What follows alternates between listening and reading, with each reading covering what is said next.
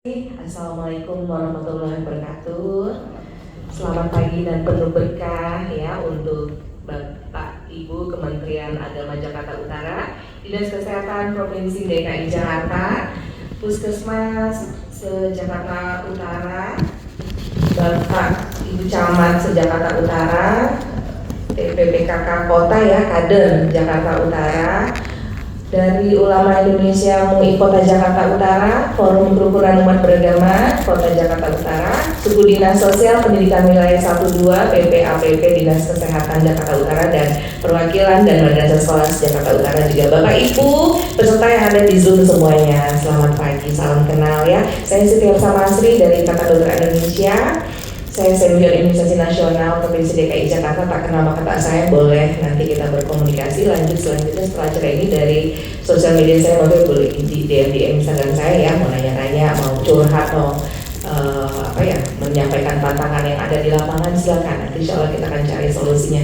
Karena saya di sini kerjanya meliputi 6 kota wilayah di DKI Jakarta. Jadi masalah di Jakarta Utara apa, silakan. Mau butuh bantuan, silakan. Kayaknya mungkin lebih enak saya di situ kali ya.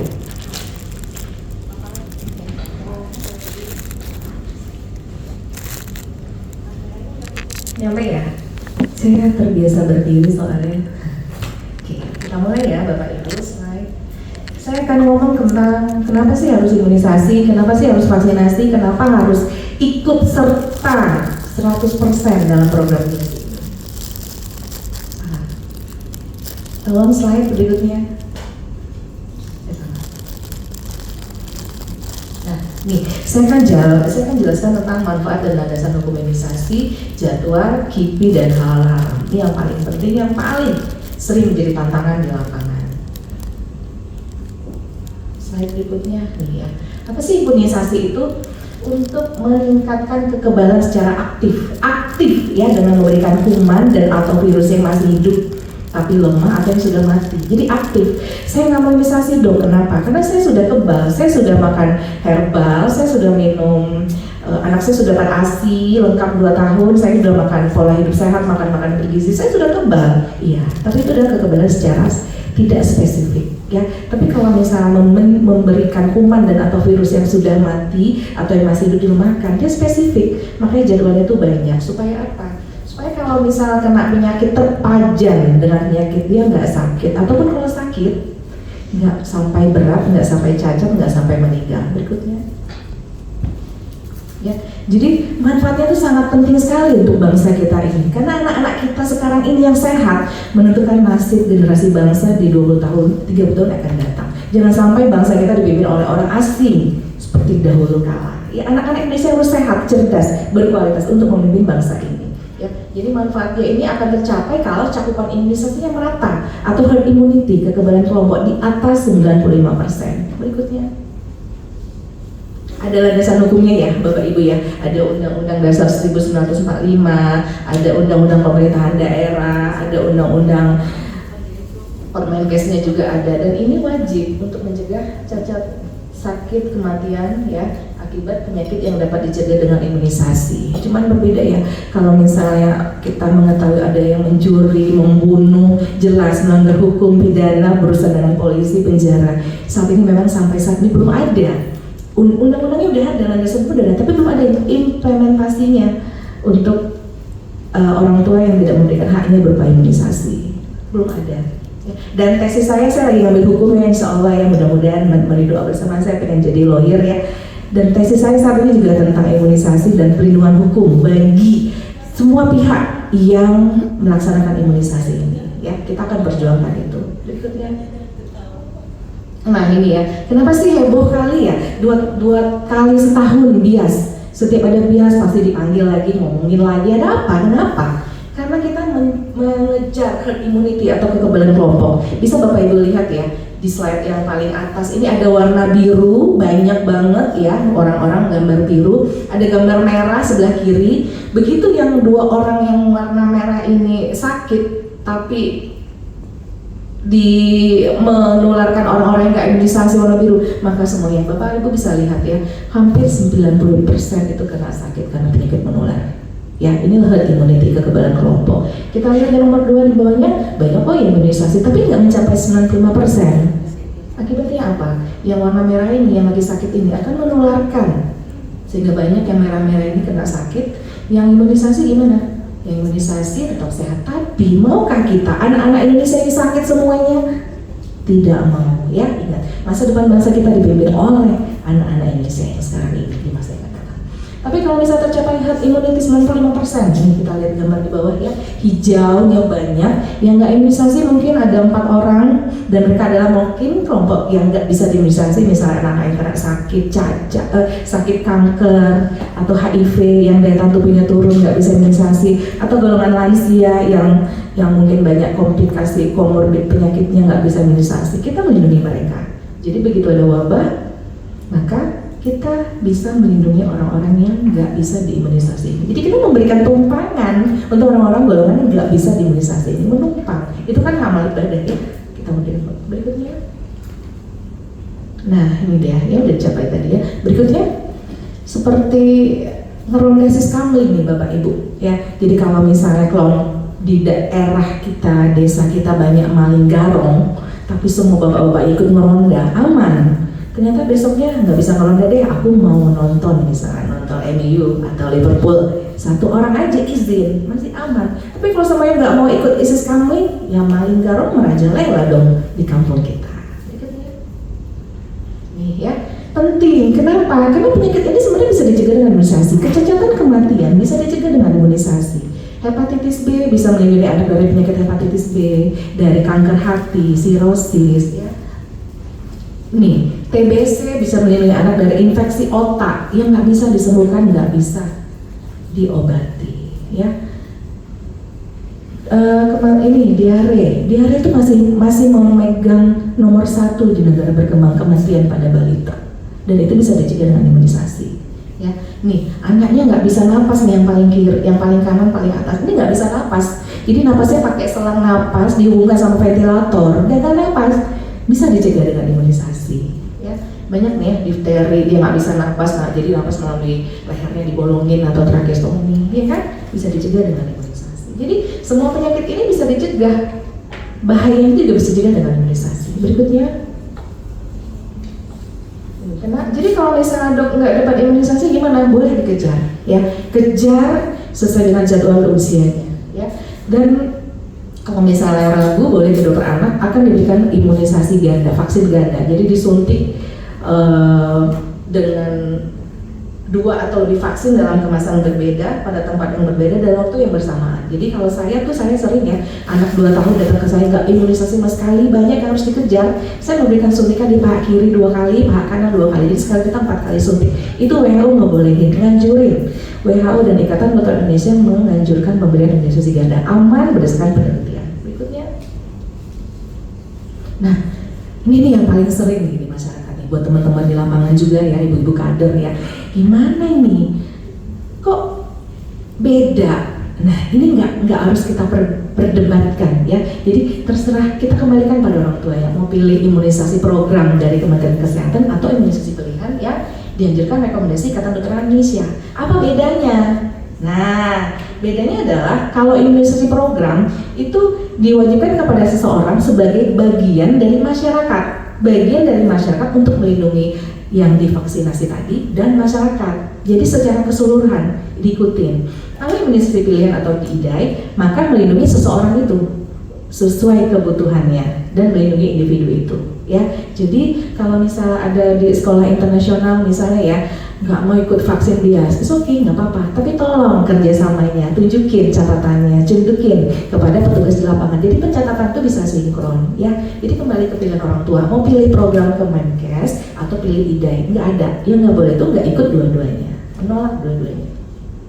Berikutnya nih ya, jenis imunisasinya nanti sudah dikasih tahu ya, dan kita pada program bulan Agustus ini ada kelas 1 campak rubella, dan kelas 5 SD HPV, yang belum dapat di kelas 6 akan dapat. Nah ini juga jadi perbedaan, harus 1 kali sesuai program Kemenkes bias atau ikut jadwal IDAI lebih dari 1 kali. Mana dong yang benar, mana yang harus diikuti? Kembali ke orang tua ya. Kalau orang tua yang pengen ikut jadwal IDAI silahkan. Kalau ikut jalur program Kemenkes lebih baik lagi. Yang nggak boleh itu nggak ikut sama sekali. Kenapa?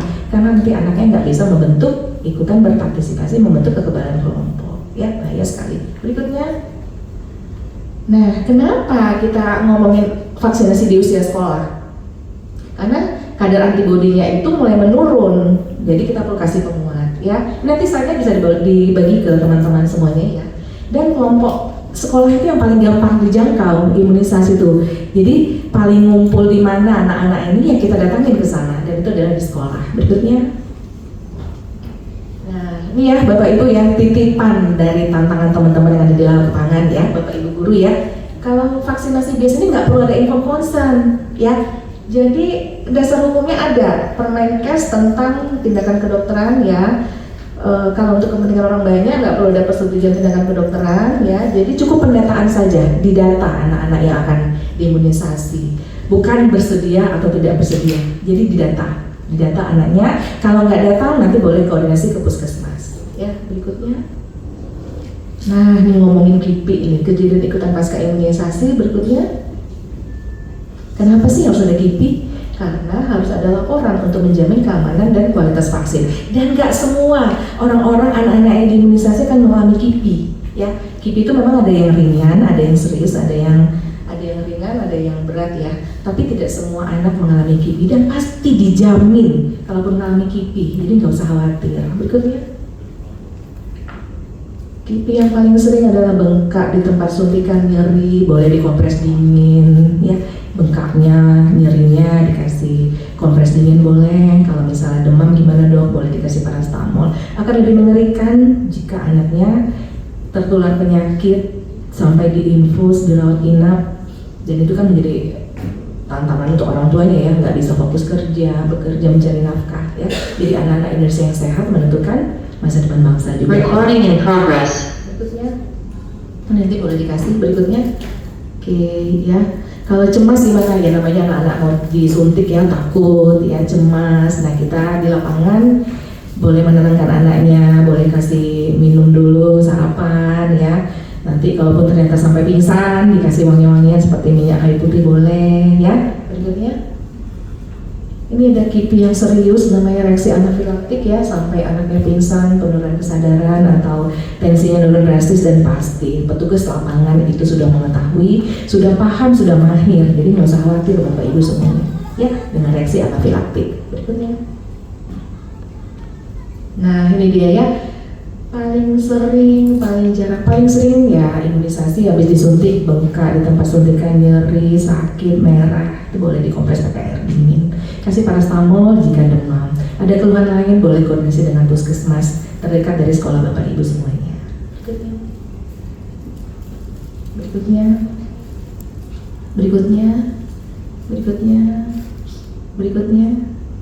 Oke, nah ini yang paling penting, halal haram dalam vaksinasi. Ya, kenapa nggak ada label halal pada vaksin?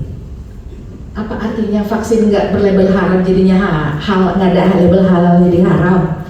Gimana kita kalau sehari-hari beli beras di pasar, beli telur di pasar, nggak ada tuh label halalnya? Apakah beras yang kita beli jadi haram? Apakah telur yang kita beli jadi haram? Apakah mie ayam yang kita beli jadi haram? Tuh, ya.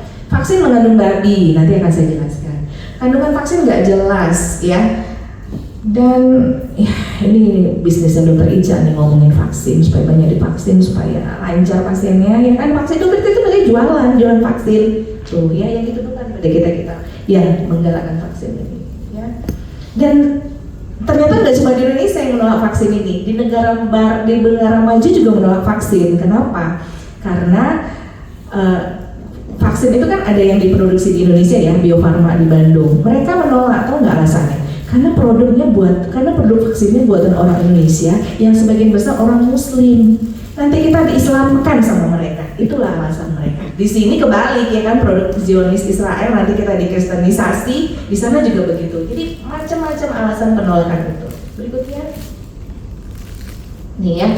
Jadi kandungan vaksin itu jelas ya, ada kuman dan atau virus yang lemah masih hidup atau yang sudah mati ya, ada stabilizernya, ada pencampurannya ya.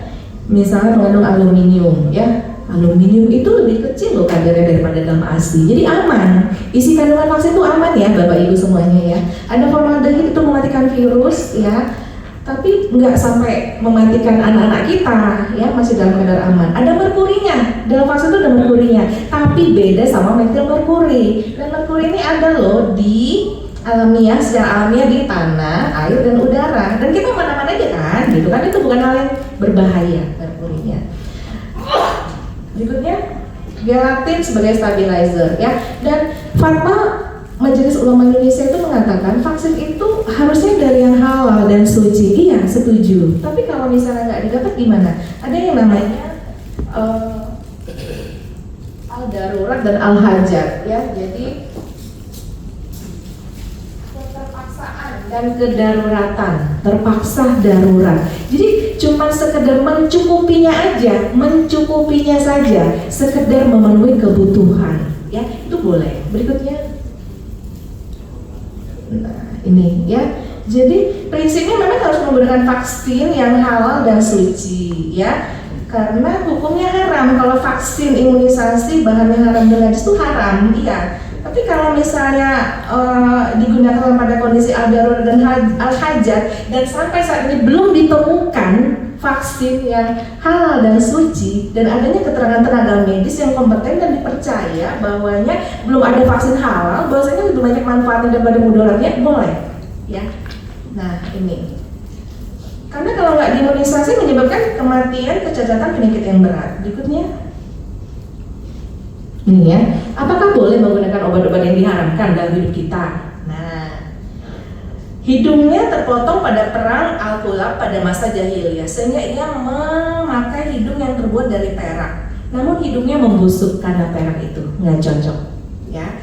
Dan Nabi menyuruh untuk memakai hidungnya dari emas. Kita tahu ya, untuk di Islam laki-laki itu nggak boleh pakai emas. Contoh lain adalah Nabi mengizinkan Abdurrahman bin Auf dan Az-Zubair bin Al-Awan memakai sutra karena memang demikian merasa gatal.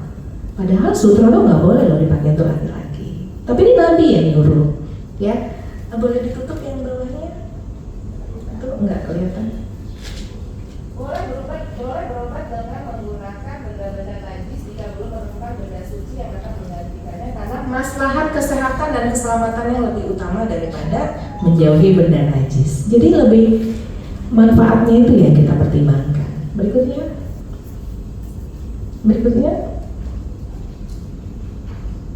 boleh berikutnya. Nah ini dia ya.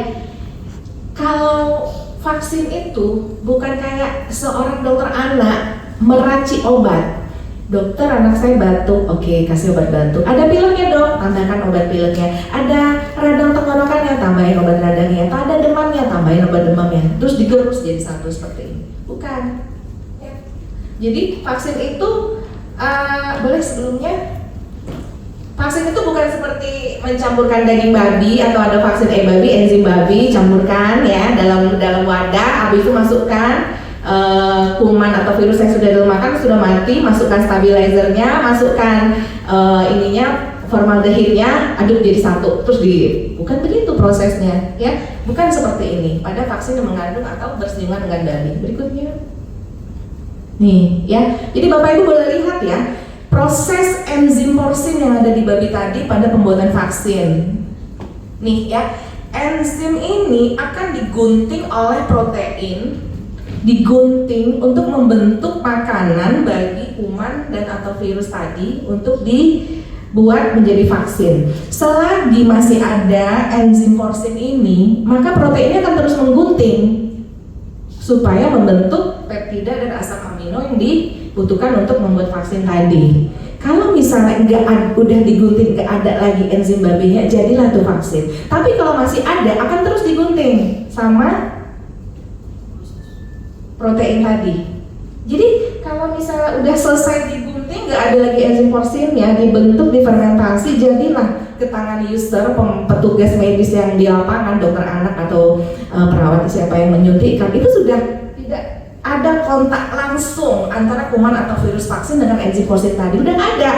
Jadi di awal dia digunting-gunting, kalau masih ada enzim porsinnya akan digunting lagi sama protein, jadi nggak ada kontak. Berikutnya, Nah, ini ya proses pembuatan vaksin di LPP POM UI. Ya, Bapak Ibu bisa lihat, kita jadi belajar biologi nih di sini. Bapak Ibu bisa lihat, ini kuman, ini medianya, ya, dan itu dilepas dari bibirnya menggunakan enzim babi, ya.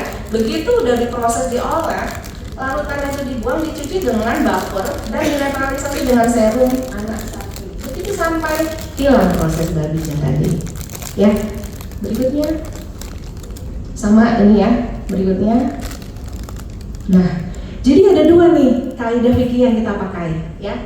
Mohon maaf Bapak MUI, saya jadi ngomongin ini, mohon koreksi. Ya, jadi produksi vaksin bersinggungan atau mengandung babi, ya, kalau dia bersinggungan dengan babi maka kaidah fikihnya adalah istihlah. Kalau dia mengandung babi maka kaidah fikihnya adalah istihalah. Ya, istihalah lah yang kita pakai di sini. Berikutnya. Jadi apakah vaksin kategori ini haram? Kalau istilah adalah hancur atau lebur suatu zat bercampur benda haram dengan benda lainnya yang suci dan halal yang lebih banyak, maka menghilangkan sifat najis dan keharamannya.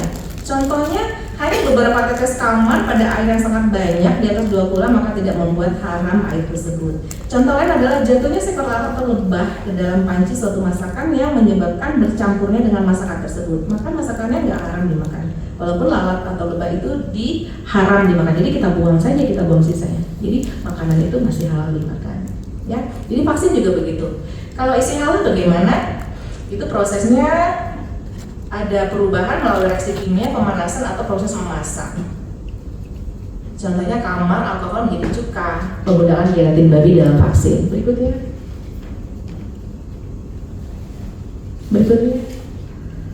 Nah, ini dia ya contoh proses istihalah. Dari anggur halal diubah menjadi arak maka menjadi haram.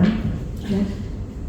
Menghalalkan madu yang dikeluarkan dari perut lebah, sedangkan lebah tersebut tidak boleh dimakan karena ia termasuk dalam kategori hewan yang tidak halal dan menjijikan.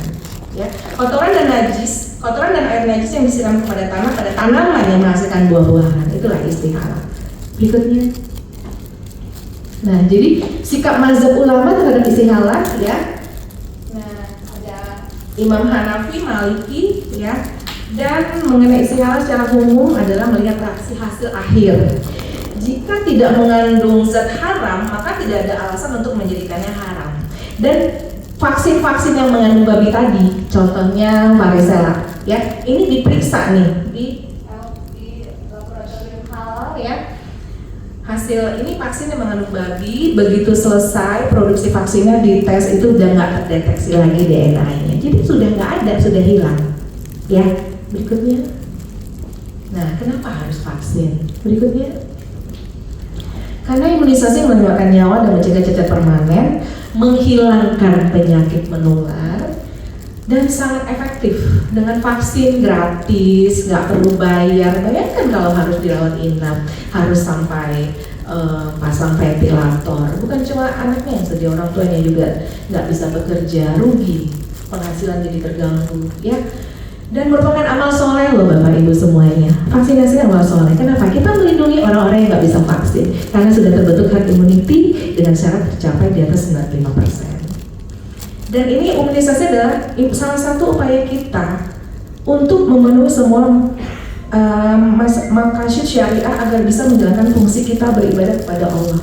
Bukankah Allah menciptakan kita menjadi khalifah ya di muka bumi ini? Kita bisa beribadah, kita bisa bekerja, kita bisa menolong orang lain. Murni karena Allah, ibadah untuk Allah.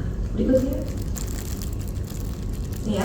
Mereka yang menolak, tidak mendukung imunisasi dan upaya vaksinasi yang tujuannya untuk melindungi pribadinya, kesehatan masyarakat bangsa kita ini, maka mereka bertanggung jawab kepada Allah, umat Islam dan seluruh dunia. Ya, mereka mencoreng nama Islam seolah-olah Islam adalah agama yang melakukan hal tersebut. Mereka tidak mendukung ilmu pengetahuan, perkembangan pengetahuan, perkembangan teknologi, dan menentang kemajuan teknologi kesehatan dan obat-obatan khususnya di Indonesia. Ya, padahal Islam lah yang nyuruh kita untuk merawat pribadi kita, tubuh kita, dan hak sehat masyarakat. Islam ya ini dulu. Ya, serahkan segala sesuatu pada ahlinya dan tunggu kehancuran jika tidak ditangani oleh yang ahlinya. Ini hadis yang bilang. Ya, ada yang nggak mau vaksin difteri, tiba-tiba anaknya kena difteri, dan itu bisa merugikan bangsa ini. Ada yang menolak vaksin MR karena serumnya dari India masih mengandung babi dan akhirnya kena rubella. Satu orang anak kena rubella itu sudah merugikan bangsa ini. Kenapa? Karena dia bisa menularkan pada ibu hamil. Cacat janin yang ada di kandungan ibu hamil itu, buta matanya, bocor jantungnya, retardasi mental. Satu kasus aja itu sudah merugikan bangsa kita ini. Bangsa kita akan rugi. Mau bangsa kita dipimpin oleh anak-anak yang sakit. Mau jadi apa? Kualitas masa depan di 30 tahun yang akan datang. Ya. Dan pendapat yang paling dipercaya adalah orang-orang yang diberikan kompeten memang untuk paling ahli, paling tahu tentang vaksin.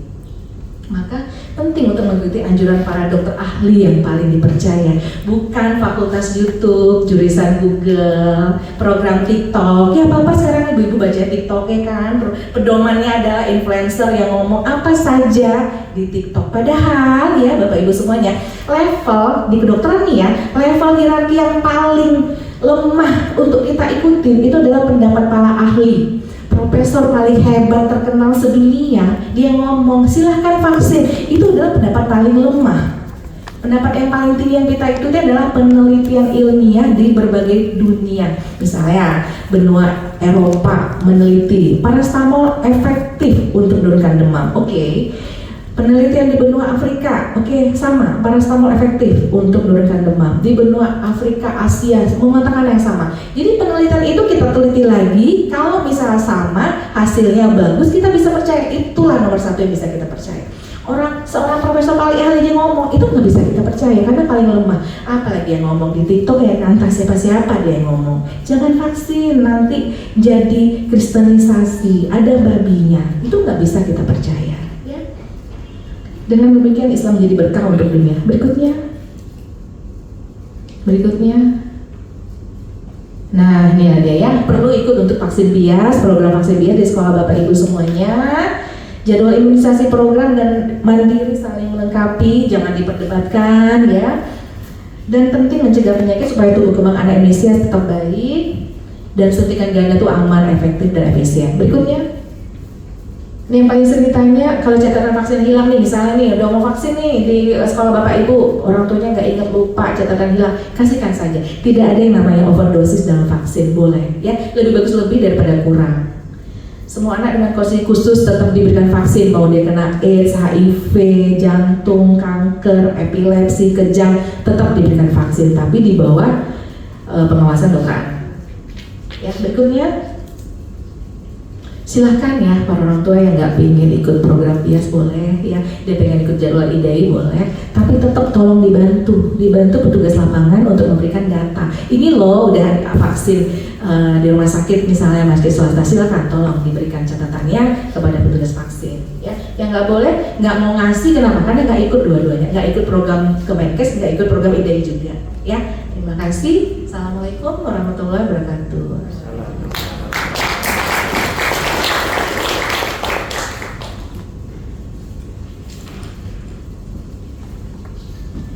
Terima kasih banyak Dr. Ica.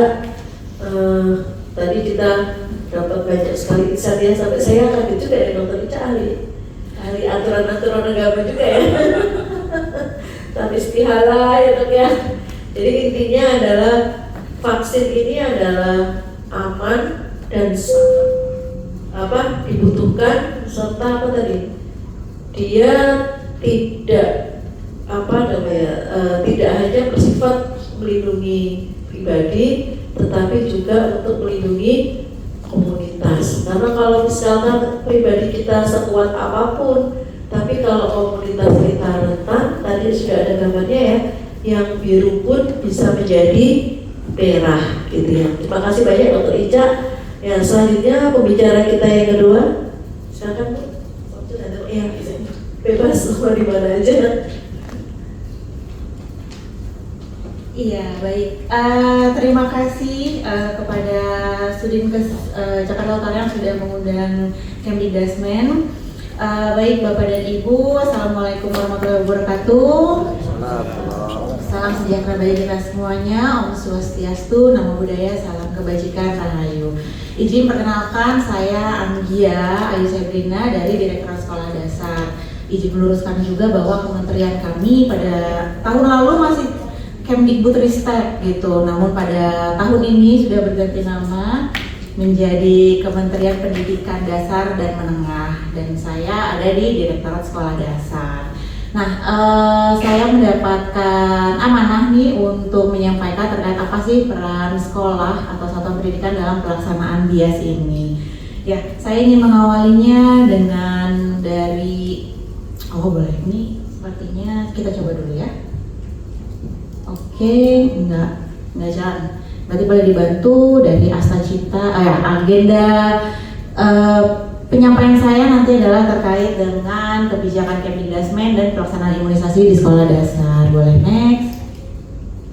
Ya, kita menarik garis atasnya yaitu terkait dengan Astacita. Saya mengawalnya dengan Astacita Bapak Presiden kita. Nah, pendidikan ini menempati di Astacita yang keempat yaitu memperkuat pembangunan SDM. Jadi kita mau menuju Indonesia emas, kita berharap bahwa anak-anak kita ini adalah menjadi SDM yang unggul. Nah, pendidikan di sini adalah membangun sistem pendidikan nasional yang mengedepankan pembentukan 8 karakter utama bangsa seperti religius, kemudian bermoral, sehat, cerdas dan kreatif, kerja keras, disiplin dan tertib, mandiri dan bermanfaat. Nah, di sini ada aspek sehatnya. Nah, bagaimana aspek sehat ini diturunkan? Boleh next? Ya, ini ada 8 dimensi profil lulusan. Kita ingin anak-anak kita lulus menjadi SDM yang unggul, yaitu memiliki 8 dimensi profil lulusan, yaitu tentang keimanan dan ketakwaan terhadap Tuhan Maha Esa, kemandirian, terakhir itu kewarganegaraan, kesehatan, penanganan kritis, kreativitas, komunikasi dan kolaborasi. Nah, kita ada di poin yang keempat terkait dengan kesehatan. Jadi seperti tadi yang sudah disampaikan oleh Dr. Ica maupun moderator, bahkan tadi dari pembukaan sudah disampaikan bahwa semua 8 dimensi profil lulusan ini tidak akan bisa muncul, tidak akan ada kalau juga tidak sehat. Jadi apalah anak kita kalau dia pintar, dia berprestasi, dia mampu, skillnya bagus, dia berakhlak, berkarakter, tapi kalau dia nggak sehat maka itu akan mengganggu pertumbuhannya, mengganggu capaian pembelajarannya, mengganggu juga menjadi sia-sia kepintarannya, kecerdasannya dan lain sebagainya kalau dia tidak sehat. Maka itu kesehatan dan komunikasi ini memang menjadi salah satu fokus dari Bapak Menteri kami, Bapak Abdul Muti. Tahun lalu sebelumnya itu masih ada 6 profil pelajar Pancasila. Nah, oleh Bapak Abdul Muti ditambahkan menjadi 2 karena Bapak merasa penting ini, yaitu kesehatan dan komunikasi. Maka kesehatan memang menjadi salah satu fokus dari Kemdikdasmen juga. Boleh next? Nah, bagaimana sih kesehatan ini bisa dimunculkan di dalam pendidikan, yaitu dengan optimalisasi peran tim UKS. Nah, kita sama-sama ketahui di tim UKS, di setiap satuan pendidikan itu ada UKS, Usaha Kesehatan Sekolah. Nah, itu memiliki ruang lingkup terkait dengan pendidikan kesehatan, pelayanan kesehatan, dan pembinaan lingkungan sehat. Nah, kalau tahun lalu mungkin Bapak dan Ibu mengenal juga dengan kampanye Gerakan Sekolah Sehat. Itu merupakan manifest ya dari TED UKS, tidak berbeda tapi sama, hanya sekedar untuk melihat lebih jelas lagi atau lebih detailnya lagi ke dalam 5 pilar kesehatan, yaitu sehat bergizi, sehat fisik, sehat imunisasi, sehat jiwa, dan sehat lingkungan. Bagaimana TED UKS dan Gerakan Sekolah Sehat ini bisa kita optimalkan dengan strategi, yaitu dengan penguatan tata kelola dan pelibatan dari berbagai pihak. Yaitu tadi sudah disampaikan, kesehatan itu dan pendidikan juga bukan hanya tanggung jawab 1 atau 2 orang, namun ini adalah suatu kolaborasi bersama dan menjadi tanggung jawab bersama juga, sehingga sangat diharapkan kolaborasinya dan koordinasinya dari lintas sektor. Nah, di sini kita sampaikan adalah sehat imunisasi. Jadi itu menjadi salah satu fokus juga, dan tim UKS diharapkan untuk mendukung sepenuhnya. Nah, di sini ada dasar kebijakan yang sudah spesifik dan fokus untuk tim UKS-nya, yaitu yang pertama di peraturan bersama. Ini 1 dan 2 ini adalah peraturan bersama dan keputusan bersama antara 4 kementerian. Jadi kalau dalam kementerian kita berkolaborasi dan ini menjadi tanggung jawab dari 4 kementerian, yaitu Kementerian Kesehatan, Kementerian Pendidikan, Kementerian Agama, dan juga Kementerian Dalam Negeri. Nah, itulah mengapa kolaborasi dan penguatan di lintas sektor itu sangat diharapkan dan sangat penting. Dan ini adalah acuan dasar kebijakan kita. Di situ juga ada tentang penyelenggaraan peningkatan status kesehatan dan juga surat edaran terkait dengan gerakan sekolah sehat. Nanti paparannya akan diberikan kepada Bapak dan Ibu. Di setiap dasar kebijakan itu ada link-linknya yang langsung merujuk ke peraturannya, jadi bisa dibaca lebih lanjut lagi dan lebih jelas lagi di peraturannya. Boleh next? Boleh next? Oke, yang tadi sebelumnya tadi kita sampaikan di fokus sehat, fokus ketiga dari gerakan sekolah sehat atau dari salah satu TRES UKS, yaitu tentang sehat imunisasi. Dan dari keputusan 4 menteri bersama di situ kita ekstraksi. Jadi ngapain aja sih untuk sehat imunisasi, yaitu tentang pemetaan status imunisasi, pemberian rekomendasi, dan juga pelaksanaan imunisasi pada bulan imunisasi anak sekolah. Nah, ini menjadi tugas dan peran dari tim pelaksana UKS di tingkat satuan pendidikan. Boleh next? Nah, itu tadi adalah kebijakan-kebijakan untuk pelaksanaan imunisasi yang akan dilaksanakan di satuan pendidikan. Jadi nanti Bapak Ibu bisa lihat ya tadi kebijakannya, dan saya sih inginnya bahwa memang kesehatan itu menjadi poin penting, menjadi fokus kita bersama dan menjadi kolaborasi kita bersama untuk mensukseskan ini. Kemudian terkait bagaimana sih pelaksanaan imunisasi di tingkat sekolah dasar. Yang pertama di perencanaannya Bapak dan Ibu. Jadi ada perencanaan, pelaksanaan, pemantauan, dan evaluasi atau pelaporannya. Nah, di tingkat perencanaannya itu kita bisa melakukan edukasi dan sosialisasi terkait dengan imunisasi. Seperti tadi disampaikan oleh Bapak Andri ya, BIAS ini adalah program tahunan. Jadi bukan yang mendadak atau tiba-tiba, jadi ini sangat-sangat bisa dipersiapkan. Jadi harus direncanakan terlebih dahulu. Untuk sekolah, pelaksanaan BIAS ini seharusnya masuk ke dalam program tahunan satuan pendidikan. Jadi memang sudah direncanakan. Nah, untuk perencanaannya itu harus ada edukasi dan sosialisasinya juga. Jadi nggak tiba-tiba langsung ada Hamin seminggu pelaksanaan imunisasi baru disosialisasikan, itu tidak, tapi sudah ada edukasi dan sosialisasinya dan itu sudah direncanakan. Melalui apa saja edukasinya, yaitu kita bisa masukkan di dalam intrakurikuler, yaitu dimasukkan atau diintegrasikan di dalam mata pelajaran yang relevan dengan kesehatan. Kemudian kokurikuler dengan, kalau tahun lalu masih ada P5 ya, itu bisa dimasukkan di situ. Kalau tahun ini bisa dengan project based learning atau dengan kunjungan-kunjungan ke satuan pendidik, ke tempat-tempat kesehatan dan lain sebagainya. Kemudian dari ekstrakurikuler, baik dokter kecil mungkin ya, di satuan pendidikan biasanya ada dokter kecil ekstrakurikulernya. Kemudian ada, kalau di satuan pendidikan yang lebih tinggi lagi ada PMR. Di kepramukaan juga bisa diinsertkan di dalamnya. Kemudian melalui pembudayaan di sekolah, melalui pembiasaan, gerakan 7 kebiasaan Indonesia, di mana di situ ada berolahraga yang fokusnya juga di kesehatan. Nah, kemudian memanfaatkan momentum-momentum yang sudah pasti ada nih di sekolah seperti MPLS. Sepemahaman saya dan sepengetahuan saya, kemarin sudah ada surat edaran untuk pelaksanaan MPLS. Bagi Bapak Ibu yang melaksanakan MPLS sesuai edaran tersebut, ada aktivitas untuk imunisasinya. Aktivitas tentang sosialisasi imunisasi kepada siswa-siswanya di hari keempat kalau nggak salah saya baca.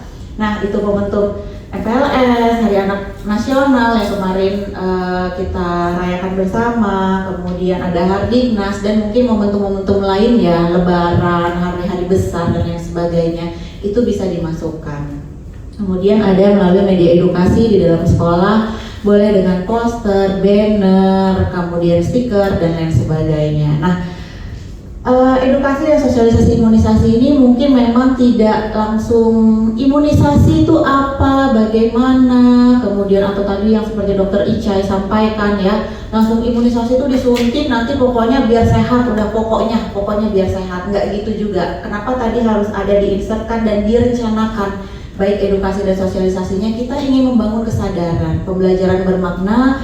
Kita ingin membangun logika dan kesadaran anak-anak bahwa kesehatan itu penting, itu yang pertama dulu. Anak-anak itu harus sehat melalui pembiasaan hidup sehat. Nah, salah satu ikhtiar dan usaha supaya anak-anak itu sehat adalah dengan imunisasi. Jadi imunisasi menjadi salah satu poin yang bisa dimasukkan di dalam edukasi kesehatan dan juga sosialisasi kesehatan. Nanti spesifiknya bisa disampaikan pelan-pelan baik kepada anak dan juga orang tua. Nah, lagi-lagi tadi edukasi dan sosialisasi terkait imunisasi nggak hanya sekedar dilaksanakan imunisasi disuntik, enggak, tapi perlu adanya sosialisasi dan edukasi juga ke orang tuanya, ke masyarakat sekitarnya, kalau kami menyebutnya melalui pelibatan catur pusat pendidikan. Jadi di situ ada sekolah, perannya sekolah, keluarga, masyarakat dan juga media.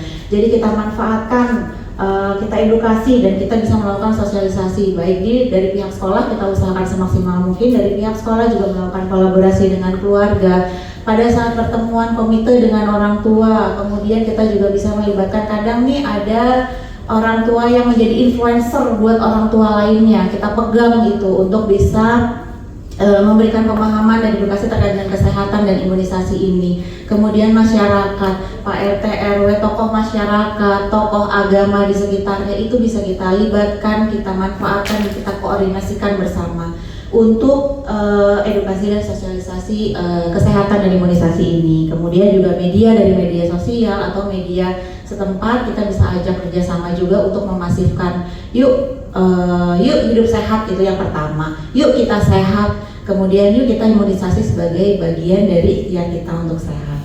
Boleh next? Ya, tadi pihak-pihak yang terlibat dalam pelaksanaan imunisasi tadi dari Kemdikbudristek, kemudian dari Dinas Pendidikannya. Lebih kecilnya turunnya lagi ada dari Dinas Kesehatan, kemudian Puskesmas, Satuan Pendidikan, orang tua dan komite sekolah. Nah, itu harus dilibatkan. Kalau boleh ngobrol lagi tadi sama Dokter Ica, tapi lintas sektor ini bisa lebih diperlebar lagi ya Dokter Ica ya. Nanti kita saat diskusi kita bisa mengidentifikasi dan melis lagi nih daftar-daftarnya atau melakukan pemetaan siapa aja sih pihak yang harus dilibatkan untuk bisa melaksanakan program BIAS ini, untuk bisa di sekolah baik siswanya maupun orang tuanya menerima pelaksanaan BIAS di sekolahnya. Nah, itu nanti sekolah sepertinya punya peran untuk melis siapa saja nih yang menjadi orang-orang kuncinya dan siapa saja yang harus dilibatkan, karena lagi-lagi sekolah, Bapak Ibu guru, terutama Bapak Ibu guru sekolah dasar ya yang luar biasa sekali kalau saya bilang, mereka harus melakukan sosialisasi edukasi, tugas utamanya adalah mengajar, tapi juga menjadi kepanitiaan di tim UKS, TPPK, tim Adiwiyata atau lain sebagainya ya, kepanitiaannya luar biasa. Nah, ini perlu koordinasi. Mungkin Bapak Ibu guru memiliki keterbatasan nih dalam edukasinya, dalam pemahamannya ataupun mungkin materi-materinya, bisa menghubungi Puskesmas atau IDAI ya Dokter Ica ya. Bahkan Dokter Ica tadi sudah menyampaikan boleh dibuka Instagramnya, DM aja. Kalau mau materinya boleh banget ya Dokter Ica ya.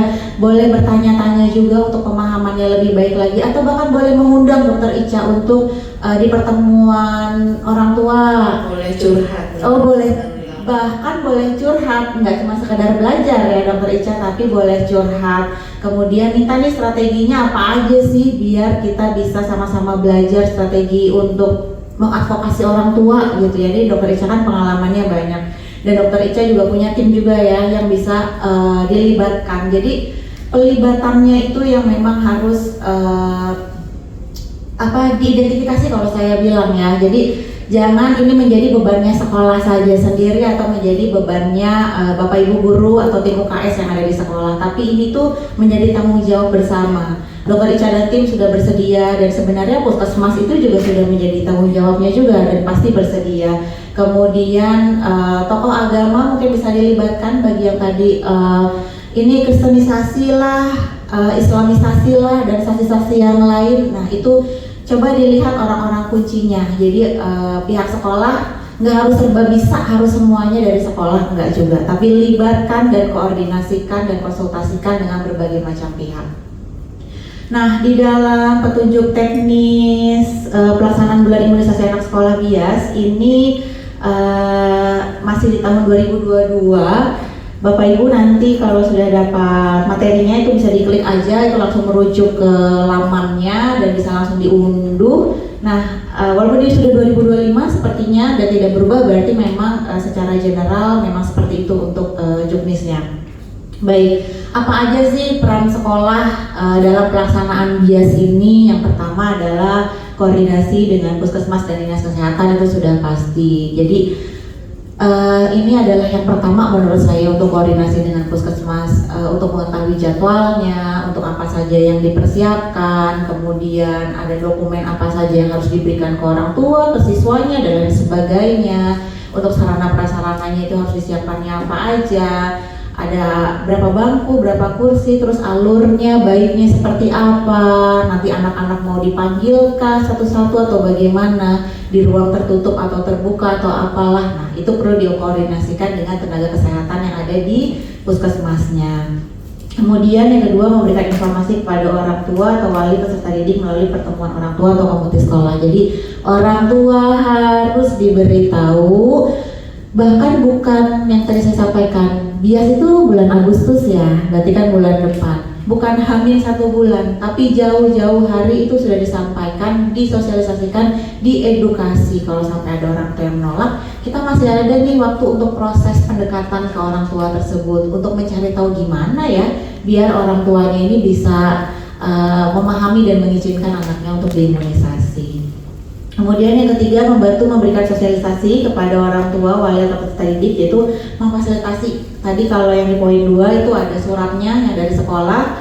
Di poin ketiga, membantu memberikan sosialisasi, ini bisa juga berkolaborasi dengan IDAI, dengan tenaga kesehatan di puskesmas atau tenaga kesehatan di pelayanan kesehatan di sekitar atau di wilayah sekolah Bapak Ibu masing-masing. Kemudian yang keempat, memberikan data peserta didik yang menjadi sasaran BIAS. Jadi mungkin beberapa sekolah swasta ada tuh, saya pernah mendatangi salah satu sekolah swasta dan mereka melakukan pendataan. Jadi misalkan nih di kelas 1 ada 20 anak, tapi ternyata yang 10-nya lagi orang tuanya maunya mandiri aja, yang 10-nya lagi oke deh boleh anak-anaknya di imunisasi di sekolah. Nah itu pendataan tersebut dibutuhkan untuk diberikan kepada puskesmas atau tenaga kesehatan yang akan melakukan imunisasi.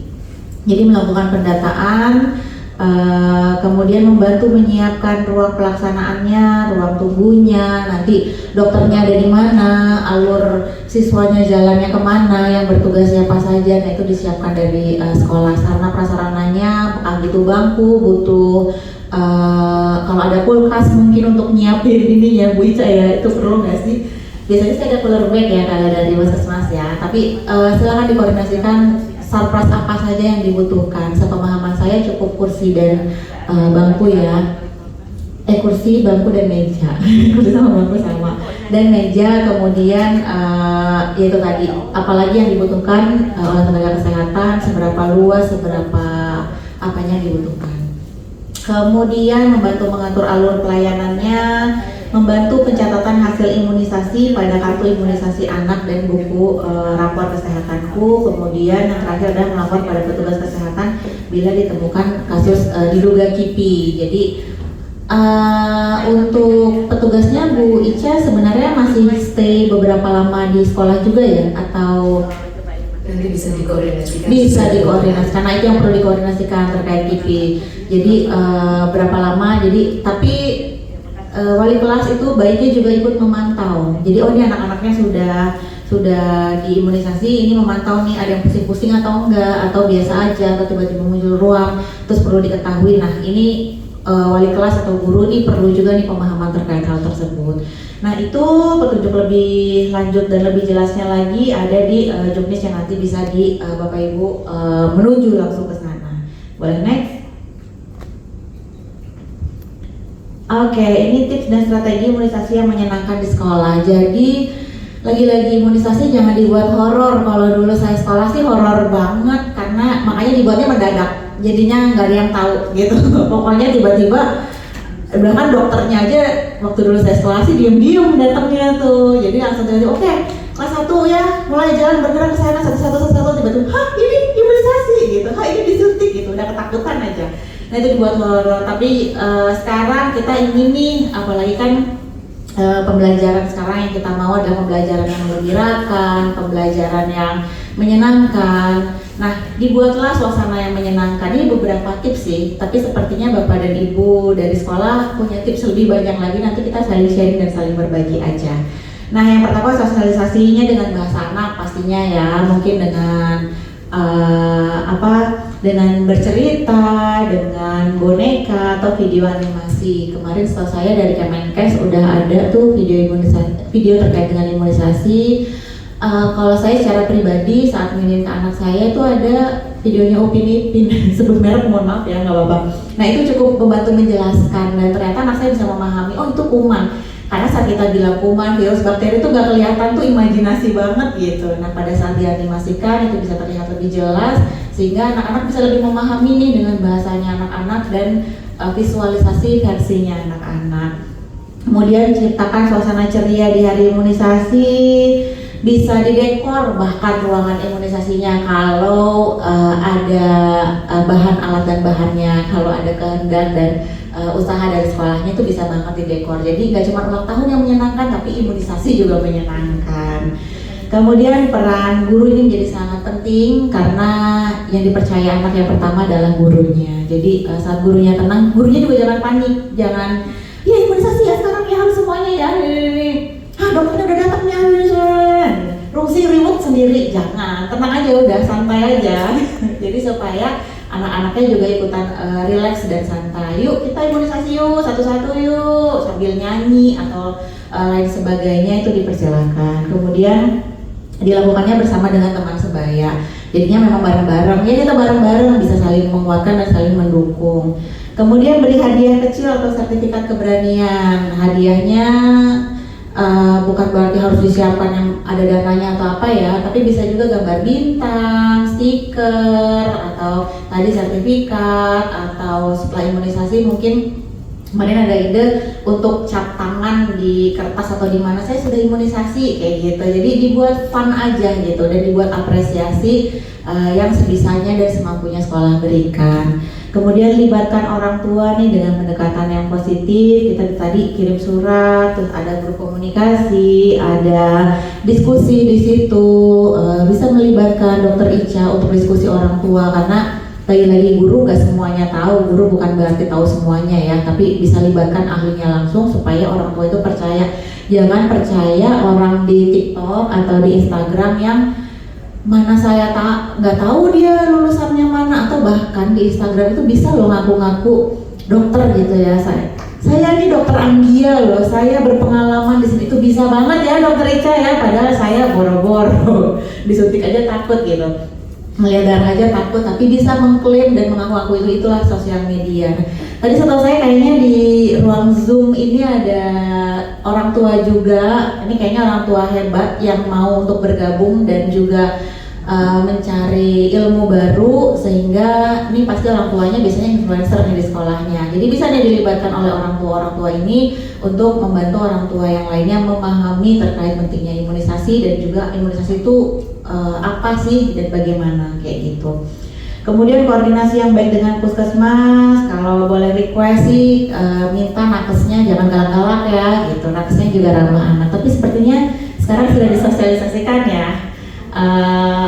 Nakesnya tuh mungkin bisa pakai bando-bando lucu gitu ya, maksudnya yang simpel-simpel aja yang bikin anak itu semangat gitu, yang bikin anak iya nggak menakutkan, minimal itu adalah senyum udah pasti kan ya. Kita bisa di request dan nanti dari sekolah mungkin bisa menyiapkan bando-bando lucu untuk nakesnya atau pita-pita lucu untuk nakesnya untuk dipakai supaya lebih meriah aja dan menyenangkan. Kemudian jadikan imunisasi itu bagian dari pendidikan kesehatan, yang itu tadi saya sampaikan, bangun kesadarannya, pembelajaran bermakna gitu ya, bangun kesadarannya bahwa sehat itu penting supaya orang tuh datang imunisasi itu dengan gembira, dengan kesadaran penuh, pemahaman penuh bahwa imunisasi itu memang disuntik, suntik itu bisa jadi memang sakit ya, tapi apalah lah cuma sakit 2 menit dan kemeng mungkin setengah hari dibandingin harus opnam di rumah sakit berhari-hari, diinfus berhari-hari, minum obat banyak banget dan lain sebagainya, belum lagi resiko-resiko lain yang